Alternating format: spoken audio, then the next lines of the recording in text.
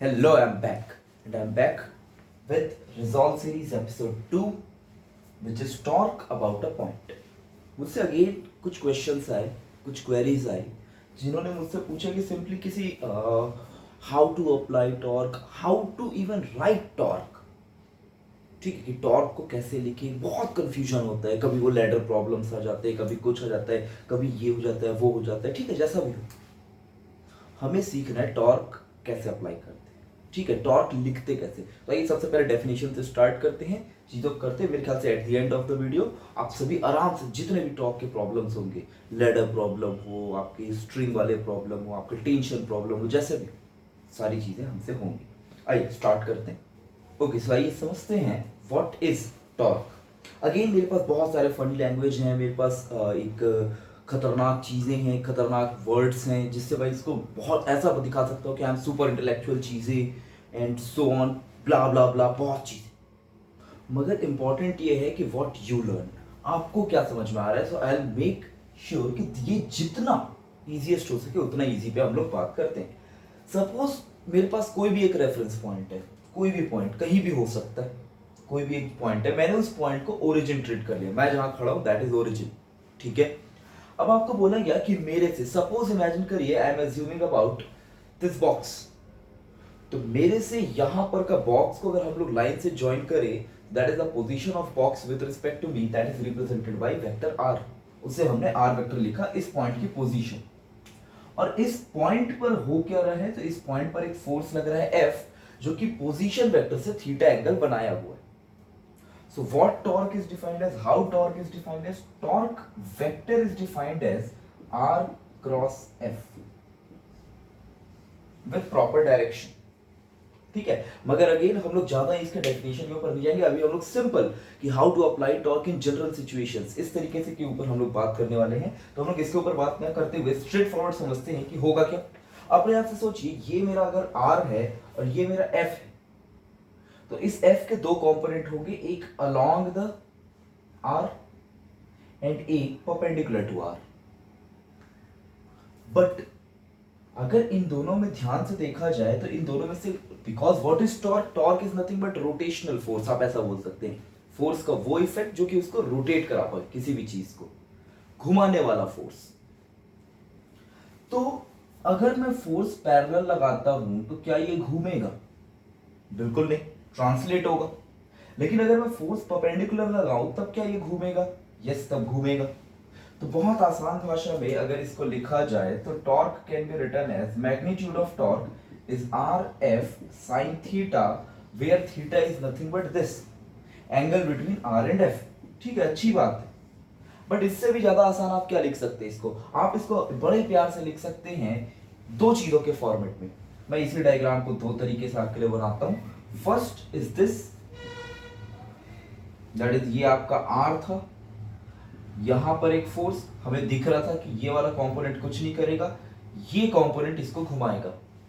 ये मेरा real force था, है ना. यहां पर क्या था, मेरा फोर्स था कुछ इस तरीके से, ये उसको घुमाएगा. तो दिस इज फोर्स का perpendicular component and this is R. And मुझे पता है कि अगर मैं इसको थीटा बोल रहा हूं, सो दिस एफ का perpendicular is nothing but F का sine theta. So torque can be written as R into force का परपेंडिकुलर कंपोनेंट. या फिर इसी के बदले में इस डायग्राम को क्या बना सकता हूं, इसी के बदले में इस डायग्राम को बना सकता हूं लाइक दिस, कि दिस इज आर, या फिर मैं एक बार इसको ब्लू से कर लेता हूं, है ना. ये आपका आर है ना, एंड ये मेरा इस आर के साथ बनाया हुआ एफ था. तो इस आर के भी दो कंपोनेंट होंगे,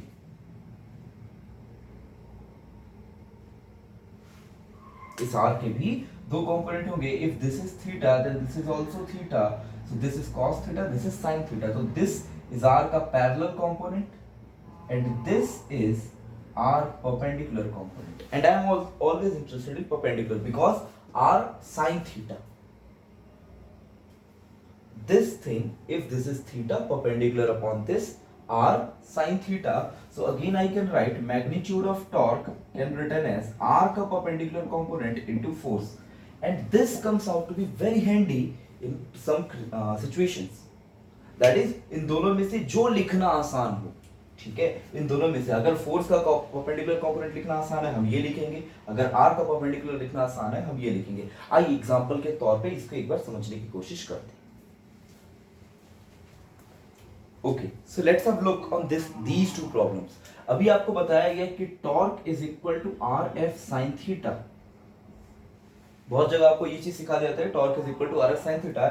आई स्ट्रांगली सजेस्ट कि इसको प्रिफर ना किया जाए, मतलब कई बार this comes out to be handy, yes it is important, इसको भूला ना जाए, बट मेजॉरिटी के तौर पे इसको ना यूज किया जाए, that will be my suggestion. Because अगर मैं यूज करता हूं इसको, ध्यान से देखिए, R is 5, F is 10, sin theta sin 37, क्योंकि एक कंफ्यूजन होता है। देखिए अगर जिसे क्लियर है कि theta is angle between R and F, उसके लिए कोई दिक्कत नहीं है, वो चीजों को आराम से लगा देंगे। फॉर एग्जांपल इस क्वेश्चन में तो सोचना ही नहीं है, बिकॉज इसको आगे बढ़ाएंगे, this will be 37, this is 37, this is 37, sin 37 is 3/5, so answer is 30। Well and good. इसमें अगर कोई स्मार्ट बच्चा होगा जिसको पता है कि थीटा क्या है, थीटा आपका 28 है, बट एग्जाम के हर कोई स्मार्ट है, लेकिन इस एग्जाम के उस प्रेशर में कई बार ध्यान से चीजें उतर जाती है कि अरे यार जल्दी जल्दी दिया निकाल लो। वहां पर आदमी ये गलती करता है, क्या चीज, टॉर्क लिखेगा are F sign 37, 3/5, 5 4 that is 80। And अभी ध्यान से देखिएगा, हम लोग मैच करेंगे कि क्या ये आंसर सही है, इनमें से एक सही एक गलत। आइए चीजों को देखते हैं। आपको अभी सिखाया गया कि फोर्स का परपेंडिकुलर कंपोनेंट देखना है। मेरे ख्याल से आप सभी देख पा रहे हैं, इस 10 के दो कंपोनेंट्स आएंगे, एक इधर और एक इधर, घुमाने वाला होगा ये, हाँ कि ना, ठीक है, अच्छी बात है। मगर समझना कि आपको बोला गया कि आप इसके बदले, आपको अभी बोला गया कि इसके बदले, ये करने के बदले आप टॉर्क को लिख सकते हैं आर का परपेंडिकुलर इनटू एफ, या टॉर्क को आप लिख सकते हैं एफ का परपेंडिकुलर इनटू आर। अपने आप से बताइए, ये तो प्यार से वैसे भी हॉरिजॉन्टल या फिर एक्स एक्सिस के पैरेलल ही है, क्यों इसके कंपोनेंट करने में दिमाग खराब करें ना। अपने को क्या करना है, मेरे ख्याल से आपको ये करना बेटर लगेगा। ये 5 है तो 5 का एक ये, 5 का एक ये, दो कंपोनेंट करिए। अब बताइए इस फोर्स के परपेंडिकुलर कौन है, ये होगा, तो 5 का sin 37, 5 का sin 37, 5 का sin 37 कितना, 3। तो what will be torque, torque is force into 5 का sin 37, that is 30। Yes, this answer is correct. इसके बारे में देखते हैं। इसमें सोचिए, इसमें आपका R अपने आप में बैलेंस्ड बढ़िया है, अच्छा खासा y एक्सिस में लगा हुआ है, तो क्यों मैं इसका कंपोनेंट करूंगा, अगर किसी भी हाल में मुझे पूछा जाए, नहीं करूंगा। बचा क्या चीज, ये, दैट इज 10 का cos 37, 10 का cos 37 इज 8, 10 का sin 37 इज 6। वो मेरे काम का नहीं है, मुझे तो परपेंडिकुलर में इंटरेस्ट है। तो what will be torque, torque हो जाएगा आपका 8 इंटू 20, दैट इज 160। ये वाली चीज क्या हो जाएगी, हमारा आंसर हो जाएगा। ठीक है, अच्छा ऊपर वाले भी इसमें थोड़ा सा ध्यान देना, ये 3 था तो दिस विल बी 120, है ना, simple printing mistake as usual. ठीक है, बट हाँ ये वाली चीज, तो this torque is nothing but 160, 120 नहीं होगा, है ना। मेरे ख्याल से आपको चीजें समझ में आएंगी कि हाउ टू यूज दिस, कैसा इजी तरीके से। आपको सिंपली चेक करना है, अगर आपका R अच्छा है F का कंपोनेंट कर लीजिए, अगर आपका F अच्छा है तो R का कंपोनेंट कर लीजिए। आइए स्टार्ट करते हैं इसको, इसके सबसे ट्रिकी क्वेश्चन से स्टार्ट करते हैं, दैट इज पहले एक बेसिक से करेंगे, देन उसके बाद अपन लैडर में आ जाएंगे। ठीक है, चलिए नोट करिए। So here is the second problem, this is the easier one. इसी में हम लोग, अच्छा इस क्वेश्चन को मैं सॉल्व करने की कोशिश नहीं करूंगा, मुझे पता है कि आप सॉल्व कर लेंगे, you are here to learn the concept. समझते इस चीज को कि कैसे करना है। देखिए समझना, बेसिक आपको आइडिया, आपको बताना है कि आपका T1 that is tension in the first string कितना है, T2 tension in the second string कैसा है। अब इस चीज को ध्यान से देखना, अगर ये मास नहीं होता तो मुझे बहुत बेसिक आइडिया है कि एक बड़ा सा रॉड है, दोनों साइड से बराबर एंड से लटका हुआ है, तो दोनों रस्सी में टेंशन इक्वल आएगा, that is half of their mg's। उनके वेट, टोटल वेट अगर 10 है तो 5 इसमें 5 इसमें आगे होता। अब सिर्फ एक कंडीशन है कि रस्सी इक्वल डिस्टेंसेस पे बंधी हुई है, बढ़िया। अब क्या हो रहा है, मैं बीच में यहां पर कुछ m डैश लगा रहा हूं, तो इस m डैश की वजह से हो क्या रहा है को एक बार समझने की कोशिश करते हैं। यहां पर एक अपवर्ड फोर्स लग रहा है, ठीक है, याद रखना जो क्वेश्चन में दिया उसके ऊपर मैं खिलवाड़ नहीं कर रहा हूँ, मैं इसके ऊपर बात कर रहा हूँ, या फिर इसको रहने देते हैं, ऐसे ही रहने देते हैं, मैं यहाँ पर एक नया रॉड बना देता हूँ। ठीक है, तो क्या हो रहा है, ऊपर एक फोर्स लग रहा है T1, यहां पर एक फोर्स लग रहा है स्ट्रिंग का T2, नीचे डायरेक्शन में M डैश। तो यहां पर अगेन मैं इस मास को हटा के मैं क्या करता हूं, यहां पर एक M डैश G लगा देता हूं। और कुछ फोर्स लगेगा क्या, अरे यस, रॉड का भी तो मास है, रॉड का भी mg लगेगा इस पर। ठीक है, 4 फोर्स हो गए। बट दिक्कत ये है कि आपका रॉड घूम नहीं रहा है। खैर मुझे मेंशन करना था, बट ऑब्वियसली ये क्योंकि इक्विलिब्रियम प्रॉब्लम है तो आपको बोला है कि रॉड इज इन इक्विलिब्रियम। ठीक है, रॉड आपका इक्विलिब्रियम में है। अगर है तो आपको बताना है कि टेंशंस कितने हैं। देखिए इस चीज को सॉल्व करने का सबसे सिंपलेस्ट तरीका क्या है, ऑब्वियस सी बात है कि नेट फोर्स तो जीरो होना ही है। That means T1 plus T2 को आप डायरेक्टली लिख देंगे किसकी, mg plus m dash g। ऊपर का फोर्स बराबर नीचे का फोर्स, ये चीज तो सभी लिखी। अब समझे टॉर्क इक्वेशन कैसे लिखना है, तो परेशान होने की जरूरत नहीं है। This total length is L। तो आइए उसी चीज को अगर मैं, अच्छा याद रखना आप किसी भी पॉइंट के अबाउट टॉर्क लिख सकते हैं। तो what will be the easiest method कि यहां पर T1 है, यहां T2 है, तो या T1 पॉइंट या T2 पॉइंट के अबाउट ही टॉर्क लिखा करिए, कोई भी एक को एलिमिनेट कर दो। बिकॉज जिस पॉइंट के अबाउट आप टॉर्क लिखोगे उस पॉइंट का ही टॉर्क जीरो हो जाएगा। अगर मैं ये है तो इस पेन को मैं यहां पर फोर्स लगा के घुमा सकता हूं, इस पेन को यहां फोर्स लगा के घुमा सकता हूं, लेकिन इस पेन को इस बॉटम पर फोर्स लगा के, जिस पॉइंट पर ये पिवोटेड है वहां पर फोर्स लगा के इसको घुमाया नहीं जा सकता। तो torque about this axis of rotation में जिस पॉइंट ऑफ रोटेशन से वहां उसके अबाउट वो जीरो हो जाएगा। सो इसके अबाउट टॉर्क, इस पॉइंट के अबाउट टॉर्क जीरो। तो मुझे डिस्टेंस पता होना चाहिए, this distance is given as L1, this distance is L/2 and this total distance is L। ना अब होगा क्या, तो अपने आप से सोचिए, हमेशा उंगली रखो और चेक करो, इसको रॉड मान लो और उंगली रखो, बोलिए M1 इसको किधर घुमाना चाहेगा, ऐसा। M1 इसको नीचे खींच रहा है तो ये M1 की वजह से ऐसा घूमेगा, mg की वजह से नीचे घूमेगा, T2 की वजह से ऊपर घूमेगा। मेरे ख्याल से आसान है, M1 की वजह से नीचे, M2 की वजह से नीचे, T2 की वजह से ऊपर। तो कुल मिला के ये दोनों अगर इसको क्लॉकवाइज घुमाना चाह रहे हैं तो ये एंटी क्लॉकवाइज घुमाएगा, मतलब इनका clockwise torque must be equal to anti clockwise torque of this. Simple है, दैट इज M1g। अच्छा मुझे तो दिख रहा है यही फोर्स है, यही परपेंडिकुलर डिस्टेंस, ऑब्वियस ही बात है, दोनों के बीच में एंगल 90 डिग्री, कुछ परेशान होने की जरूरत नहीं है। M1g into L1 plus mg into L/2 must be equal to T2 into L। मेरे ख्याल से फर्दर आप इसको सॉल्व कर सकते हैं। अगेन दो इक्वेशन, दो अननोन, ये L1 आपको कुछ L के फॉर्मेट में दिया होगा, कैंसल आउट होंगे वैल्यूज, आपको आंसर मिल जाएगा। Not a difficult job, but हाँ, हाउ टू अप्लाई दिस अब समझना। इसी में वैरायटी क्या करता है, मेरे ख्याल से ये हो गया होगा। अगर हुआ हो गया, इसका स्क्रीनशॉट ले लीजिए। मैं आपको इसी क्वेश्चन में वेरिफिकेशन, थोड़ा सा चीजों को बदल के आपको फिर बताता हूँ। होपफुली आपने ले लिया होगा। अब देखिए समझना, अब मेरा जो रॉड है ना वो अभी भी यूनिफॉर्म रॉड तो है, लेकिन क्या है, इस बार रस्सी भी यहां पर से नहीं बंद है। रस्सी कहीं इस एंड से, इसको मैंने L1 लिख दिया तो इसको मैं L2 लिख देता हूं, इसको मैं क्या लिख देता हूं, L2 लिख देता हूं। तो अब बस हुआ ये, कुछ ज्यादा कुछ अंतर नहीं पड़ा, आपका रॉड लंबा हो गया। तो टोटल डिस्टेंस याद रखना, दिस इज नॉट L, आपका ये टोटल डिस्टेंस यहां से यहां तक का डिस्टेंस क्या था, L था। एंड दिस डिस्टेंस, रॉड का ये डिस्टेंस आपको दिया है कितना, L2। So this distance will be L minus L2, this distance will be L minus L2। और जैसे ये L माइनस L2 हुआ, अब बाकी चीजें देखो, इन सब पे कोई अंतर नहीं पड़ा, ये सब अभी भी सेम है।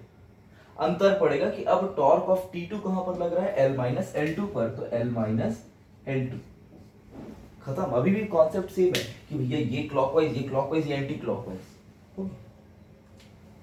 होपफुली आपको समझ में आया होगा। आइए सबसे इसके बहुत डिफिकल्ट समझा जाने वाले लैडर प्रॉब्लम पे मूव करते हैं। Okay, so let's have a look on this ladder problem. तो लैडर प्रॉब्लम क्या होता है, तो लैडर प्रॉब्लम कुछ बड़ा आंसर नहीं, आपको पता है ये आपके पास फ्लोर है, ये आपके पास वॉल है। एंड अगेन हमें अगर कहीं पर क्लाइंब करना है, हम क्या करते हैं, लेडर को ऐसे बीच में क्या करते हैं, लेडर को ऐसा लगा देते हैं किसी एंगल पर और उसके बाद उसके ऊपर क्लाइंब कर जाते हैं। प्रैक्टिकल लाइफ में देखा जाए तो उतना कुछ खास दिक्कत होता नहीं। आप एक नीचे में एक आदमी खड़ा कर देते हैं, उसको सपोर्ट लगा देते हैं, बोलते हैं कि फिसलने से रोक देना ये वो, या फिर हम पहले ही मेक श्योर कर लेते हैं कि वो फिसले ना, या ये वो दुनिया भर की चीजें हम कर लेते हैं, तो प्रैक्टिकली वो चीज नहीं। बट हाँ, कभी कभी क्या होता है, हम केयरफुल रहने के बाद भी कई बार चीजें फिसल जाती है, तो उसका एनालिसिस कई बार जरूरी रहता है कि ये कैसे फिसलता है। तो देखिए, इस पर्टिकुलर सवाल में आपको बोला है कि आपके पास लेडर है, मास m है, लेंथ l है, आपका दीवार का फ्रिक्शन, दीवार और लेडर के बीच में फ्रिक्शन 0 है। याद रखिएगा, दिस इज नॉट नेसेसरली हमेशा फ्रिक्शन 0 ही ना नहीं है, हो सकता है यहाँ पे फ्रिक्शन हो, तो होगा तो उसके लिए आपको एक इक्वेशन और बनाना पड़ेगा, और कुछ नया नहीं है, ठीक है। और यहाँ पर आपको ग्राउंड फ्लोर और इसके बीच में फ्रिक्शन दिया हुआ है, ठीक है। Now how to solve, problem ये है कि हाउ टू सॉल्व, ठीक है। आइए इस चीज को समझते हैं। अगेन सिंगल लाइन इक्वेशंस, ठीक है। आपको इक्वेशन बनाना सीखना है, and how to solve, simply ऊपर का डाटा को नीचे पुट कर लीजिए, एलिमिनेट कर लीजिए। आइए इसको ऊपर सीधा सीखते हैं। तो ये आपके पास क्या हुआ, लेडर हुआ। मैं फिर से बोल रहा हूँ, चाहे आपको डायग्राम जैसा भी दे, आप उसको सिंपल मोस्ट पॉसिबल हो सके वैसा बनाइएगा। बट टू बी ऑनेस्ट, आपको ऐसा बनाने की भी जरूरत नहीं है, आपको इतना भी करने की जरूरत नहीं। आप स्ट्रेट फॉरवर्ड क्या करिए, एक स्ट्रेट लाइन खींच दो, खत्म, no need to waste time. But ठीक है, समझते हैं। ये एंगल इज थीटा, बहुत बढ़िया। नाउ व्हाट इज गिवन कि आपका लेडर का मास m है, तो मुझे समझ में आ गया कि उसके सेंटर ऑफ मास पे mg लगेगा। सेंटर ऑफ मास कहां पर होगा, L/2 पर होगा, ठीक है। कुछ और भी फोर्स लगेगा क्या, यस अभी भी लगेगा। अगर ये म्यू है तो ऑब्वियस ही बात है हमारा लेटर ऐसा स्लिप करना चाहेगा, मतलब ये जो पॉइंट है, पॉइंट ऑफ कांटेक्ट, वो पीछे जाना चाहेगा, उधर। तो अगर आपका पॉइंट ऑफ कांटेक्ट उधर जाएगा तो फ्रिक्शन उस पर पीछे लगेगा, तो ये रहा फ्रिक्शन। और ऑब्वियस ही बात है वो जमीन पर है, उस पॉइंट पर नॉर्मल भी लगेगा, लेट से n1 नॉर्मल। ये दीवार पर है, भले ही यहाँ फ्रिक्शन नहीं है बट एटलीस्ट कांटेक्ट में तो है, कांटेक्ट में है मतलब यहां पर भी नॉर्मल लगेगा, ये रहा नॉर्मल n2। अब देखिए, करना कुछ नया नहीं है ना, इसमें कुछ नया नहीं करना है, पहले फोर्सेस बैलेंस करने हैं। अगर आप x के फोर्सेस बैलेंस करेंगे तो x के फोर्सेस क्या हो जाएंगे, बोलिए, friction must be equal to n2, F must be equal to n2। आप सभी को दिख रहा है, दोनों हॉरिजॉन्टल के फोर्सेस सेम होने चाहिए, दोनों वर्टिकल के फोर्सेस सेम होने चाहिए। तो y में आप क्या लिखेंगे, y में लिखा जा सकता है n1 और आपका mg, है ना, इसको ब्लू से लिख लीजिए, फोर्स को अपन ब्लैक से लिख रहे हैं ना। तो आपका n1 must be equal to किसके, mg के, ठीक है। मुझे x और y समझ में आ गया, बढ़िया। नाउ व्हाट टू डू, कुछ नया नहीं करना है, बस बात खत्म, यहीं पे सवाल खत्म। भैया सारे फोर्सेस आपको पता है, अब अपने आप से एक लॉजिकली सोचो, अगर आप इस पॉइंट के अबाउट, आपको पहले बोला गया कि जिन जिन पॉइंट्स पे फोर्स है उन पे लीजिए टॉर्क, तो आपके पास 3 पॉइंट अवेलेबल है, या तो 1, या तो 2, या तो 3। मैं नाम भी दे देता हूं, A, B और C, 3 पॉइंट्स अवेलेबल है। अपने आप से सोचना, अगर आप B पॉइंट के अबाउट लेते हैं तो आपके पास F, N1, N2 तीनों अननोन है, और तीनों बच जा रहे हैं। जब आप A के अबाउट लेते हैं तो N2 तो चलो चला गया, इसके अबाउट टॉर्क लेंगे तो ये फोर्स तो चला गया, बट अभी भी आपके पास F और N1 दो अननोन बचे हुए, तकलीफ होगी।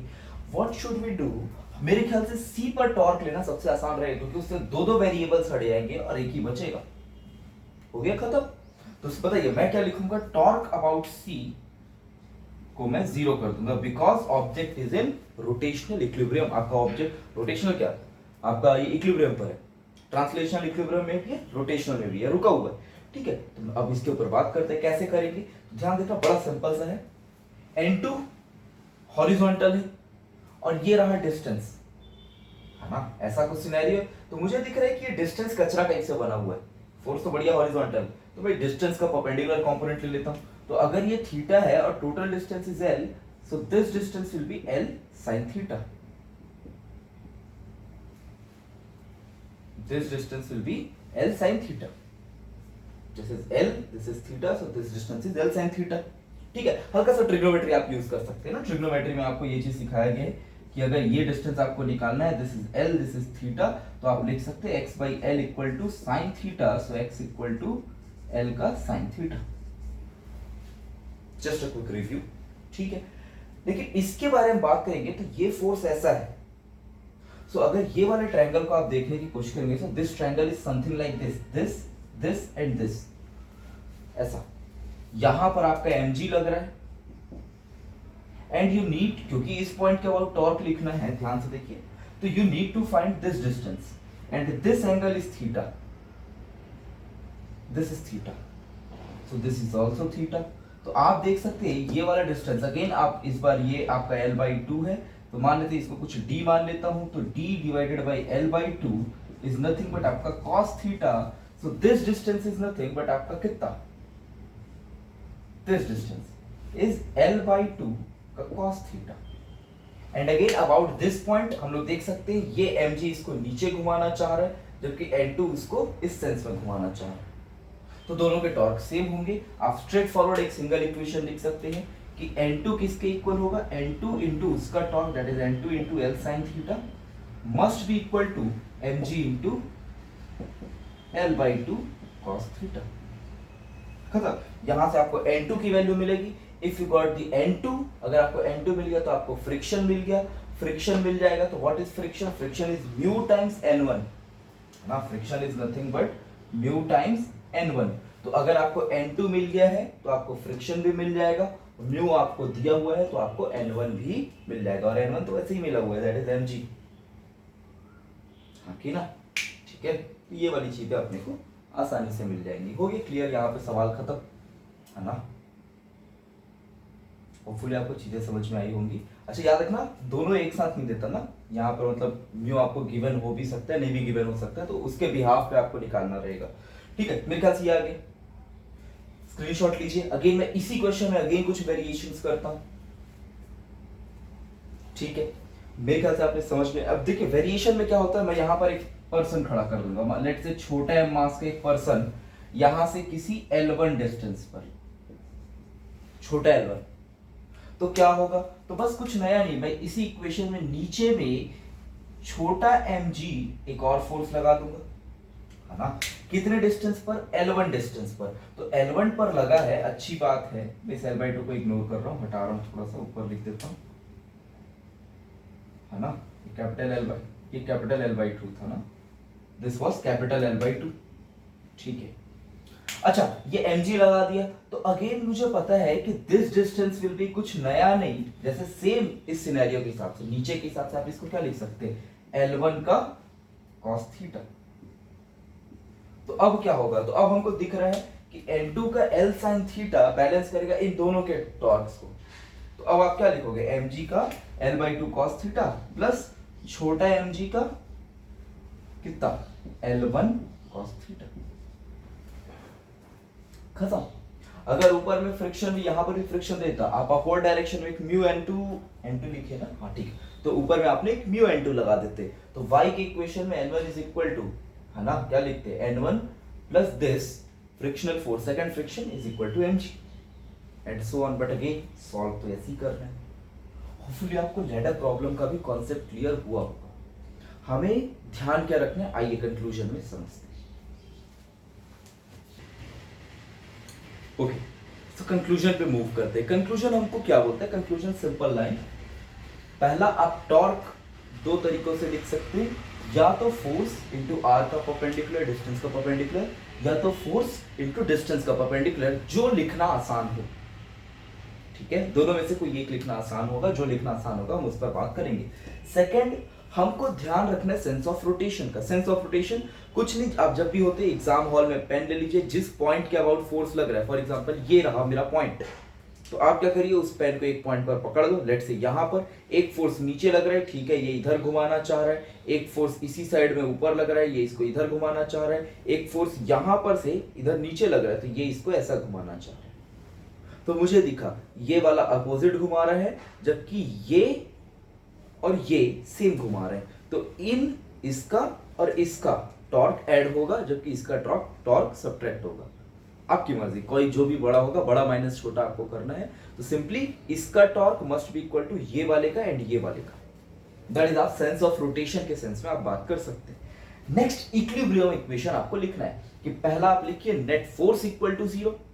Net force equal to zero मतलब टोटल ऊपर वाला vertical forces must, total vertical forces balance होने चाहिए, आपके हॉरिजॉन्टल फोर्सेस बैलेंस होने चाहिए। एंड लास्ट, उसके बाद किसी भी एक पॉइंट पर, most of the time choose that point जहां से सबसे ज्यादा आपके वेरिएबल्स जा रहे हो। That is most of the time वो पॉइंट क्या होता है, मोस्ट ऑफ द टाइम वो होता है आपका पॉइंट ऑफ हिंज, जहां पर आप हिंज किए हैं, या फिर ज्यादातर ये हमारा क्या होता है, या फिर इसके बदले ये हमारा क्या होता है, ये आपका क्या चीज, पॉइंट ऑफ कांटेक्ट। लेकिन पॉइंट ऑफ कांटेक्ट में भी क्या चीज, जहां पर फ्रिक्शन हो, फ्रिक्शन हो, जिस जगह पर फ्रिक्शन हो वहां। होपफुली आपको समझ में आया होगा। अगर आपको अच्छा लगा, अगेन लाइक बढ़ाते जाइए, है ना, शेयर करते जाइए अपने दोस्तों के साथ, ताकि सभी के कॉन्सेप्ट्स क्या क्लियर हो। डाउट्स पूछते रहिए, हम लोग और भी डिस्कशन करेंगे। सी ऑफ।